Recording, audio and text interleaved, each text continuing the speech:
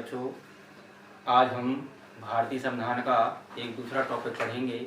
जैसे कि हम पहले वीडियो में पढ़ चुके हैं, भारतीय संसद में यदि आप देखेंगे तो हमने लोकसभा को पढ़ लिया था। आज उसी का दूसरा अंग पढ़ेंगे जिसे हम कहते हैं राज्यसभा।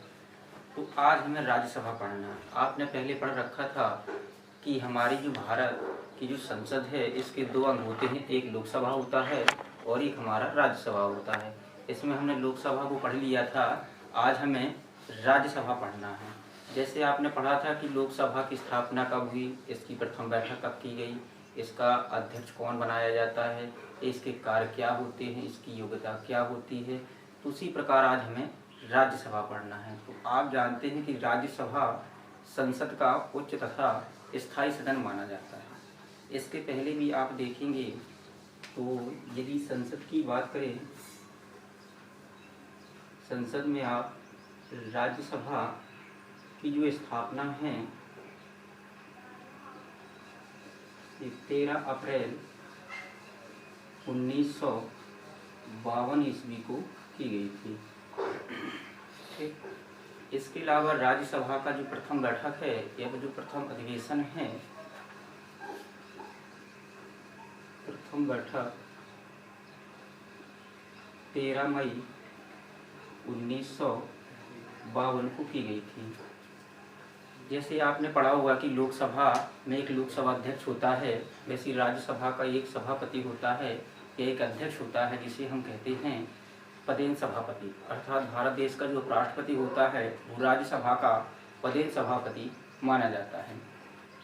यदि हम राज्यसभा की बात करें, भारतीय संविधान का अनुच्छेद 80 कहता है कि एक राज्यसभा होती, इसे हम इंग्लिश में कहते हैं हाउस ऑफ काउंसिल, वो स्टेट ऑफ काउंसिल कहते हैं राज्यसभा। क्या होता है, 1954 ईस्वी में राज्यसभा हम कहने लगे थे, इसके पहले से कहते थे स्टेट ऑफ काउंसिल। जैसे आपने पढ़ा होगा कि लोकसभा को 1954 के पहले हम हाउस ऑफ कॉमन्स कहते थे, इसे हम राज्यसभा कहते हैं। आप ये भी जानते हैं कि भारतीय संविधान की अनुसूची 4 में ये कहा गया है कि विभिन्न राज्यों का राज्यसभा में प्रतिनिधित्व की बात की गई है। हाँ, ये हो सकता है किसी राज्य में राज्यसभा सदस्यों की संख्या कम हो सकती है, किसी राज्य में राज्यसभा सदस्यों की संख्या ज़्यादा हो सकती है। जैसे यदि बात करें भारत देश की, इसमें जो सबसे ज़्यादा राज्यसभा सदस्य हैं वो उत्तर प्रदेश से निकल कर आते हैं। अर्थात उत्तर प्रदेश में राज्यसभा सदस्यों की संख्या कुल 31 है।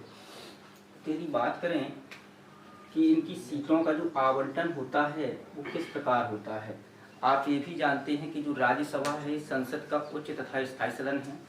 राज्यसभा सदस्य बनने के लिए नंबर 1 योग्यता लगती है कि भारत का नागरिक होना चाहिए।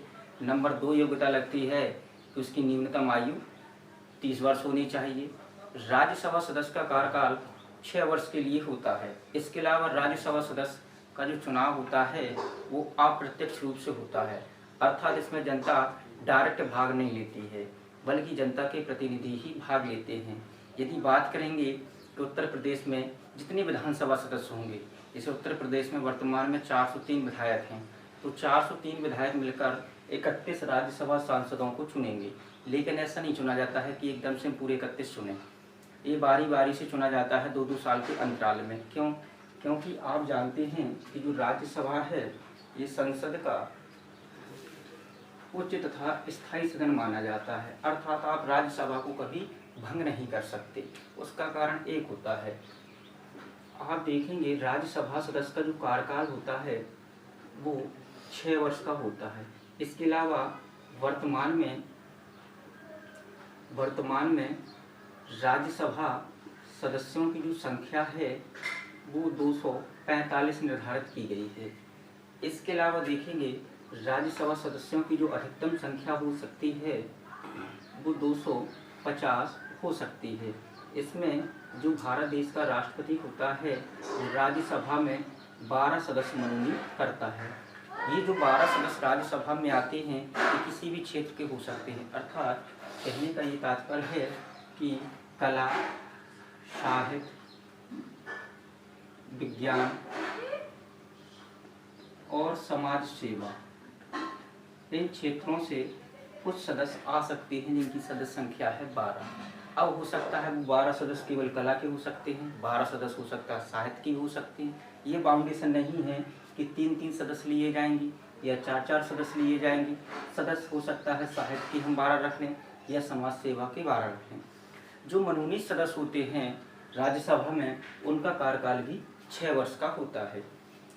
इसके अलावा आप इसमें देखेंगे कि यदि मान लिया जाए कि उत्तर प्रदेश में विधानसभा सदस्यों की संख्या 403 है तथा उत्तर प्रदेश में राज्यसभा सदस्यों की संख्या 31 है, तो जी 31 जो राज्यसभा सांसद होंगे इनको 403 विधायक द्वारा चुना जाएगा, लेकिन बारी बारी से चुना जाता है। जैसे कि मान लिया जाए कि उत्तर प्रदेश में 31 राज्यसभा सांसदों की संख्या है, तो 31 में आप इस प्रकार करेंगे 10 + 10 + 11, तो 10, 10 और 11 अर्थात अपना बनता है 31। यदि मान लिया जाए कि 2010 में आपके 10 सदस्य चुने गए, 2012 में आपके 10 सदस्य चुने गए और 2014 में आपके 10 सदस्य चुने गए, तो आप देखेंगे 2010 वालों का कार्यकाल 2016 में पूरा हो जाएगा। तो ये जो सदस्य हटेंगे 10, ये 2016 में आपके नए आ जाएंगे। इन 2012 वालों का कार्यकाल 2018 में पूरा हो जाएगा, तो ये भी सदस्य आपके हट जाएंगे और यहाँ पर 10 सदस्य नए आ जाएंगे। 2014 वालों का कार्यकाल 2020 में पूरा हो जाएगा, तो आप देखेंगे ये 11 हटके यहाँ 11 हो जाएंगे। तो इस प्रकार देखेंगे उत्तर प्रदेश से 31 सदस्य राज्यसभा में बैठे होते हैं। बस अंतर इतना होता है केवल कि यदि मान लिया जाए कहीं 9 सदस्य हैं किसी राज्य में, तो वहाँ 3 + 3 + 3 करके भेजा जाएगा। कहीं मान लिया जाए 10 है, तो वहाँ पर 3 + 3 + 4 करके भेजा जाएगा।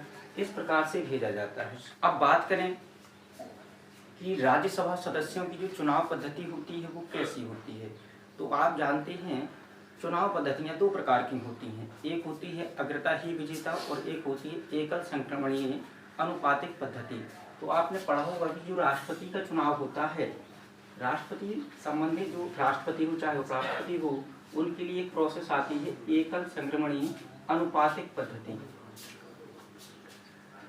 एकल संक्रमणीय अनुपातिक पद्धति ये राष्ट्रपति उपराष्ट्रपति के चुनाव में कार्य करती है, और यही जो पद्धति होती है ये राज्यसभा के सदस्यों के चुनाव में भी योगदान करती है।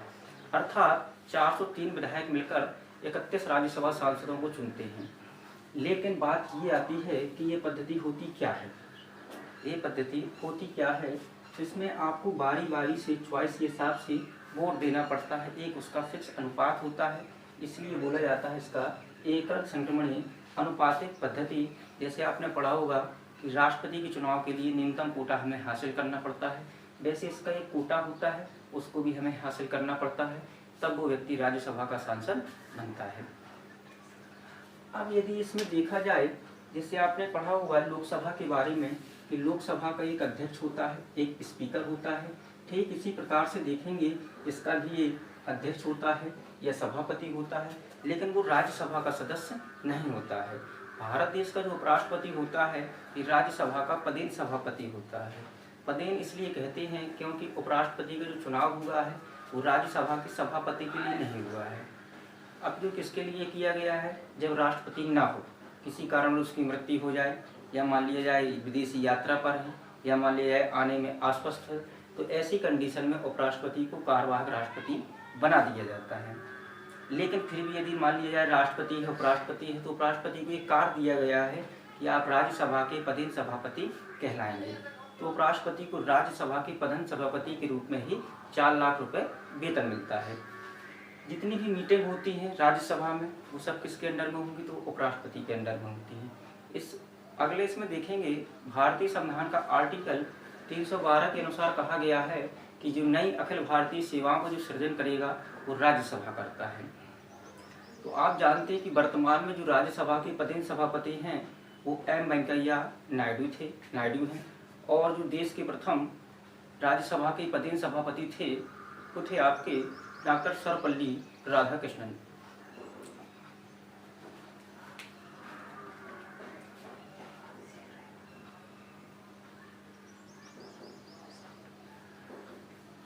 अब बात करें राज्यसभा संसद का स्थायी तथा उच्च सदन माना जाता है। इसके अलावा राज्यसभा सदस्य बनने के लिए जो न्यूनतम आयु होती है वो 30 वर्ष होनी चाहिए। इसके अलावा राज्यसभा सदस्यों का जो कार्यकाल होता है ये 6 वर्ष के लिए किया जाता है। राज्यसभा सदस्यों की जो अधिकतम संख्या होती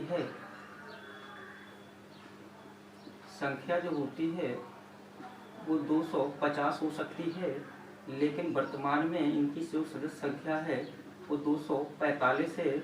इसमें राष्ट्रपति द्वारा राज्यसभा में 12 सदस्य मनोनीत किए जाते हैं और 233 सीटों पर चुनाव होता है। राज्यसभा के सदस्य हर 2 वर्ष बाद 1/3 सदस्य सेवानिवृत्त हो जाते हैं, अर्थात अवकाश ग्रहण कर लेते हैं। उनको दोबारा भी इस चुनाव में भाग लेने का अधिकार होता है। हर 2 वर्ष बाद 1/3 सदस्य सेवानिवृत्त हो जाते हैं या अवकाश ग्रहण कर दिए जाते हैं।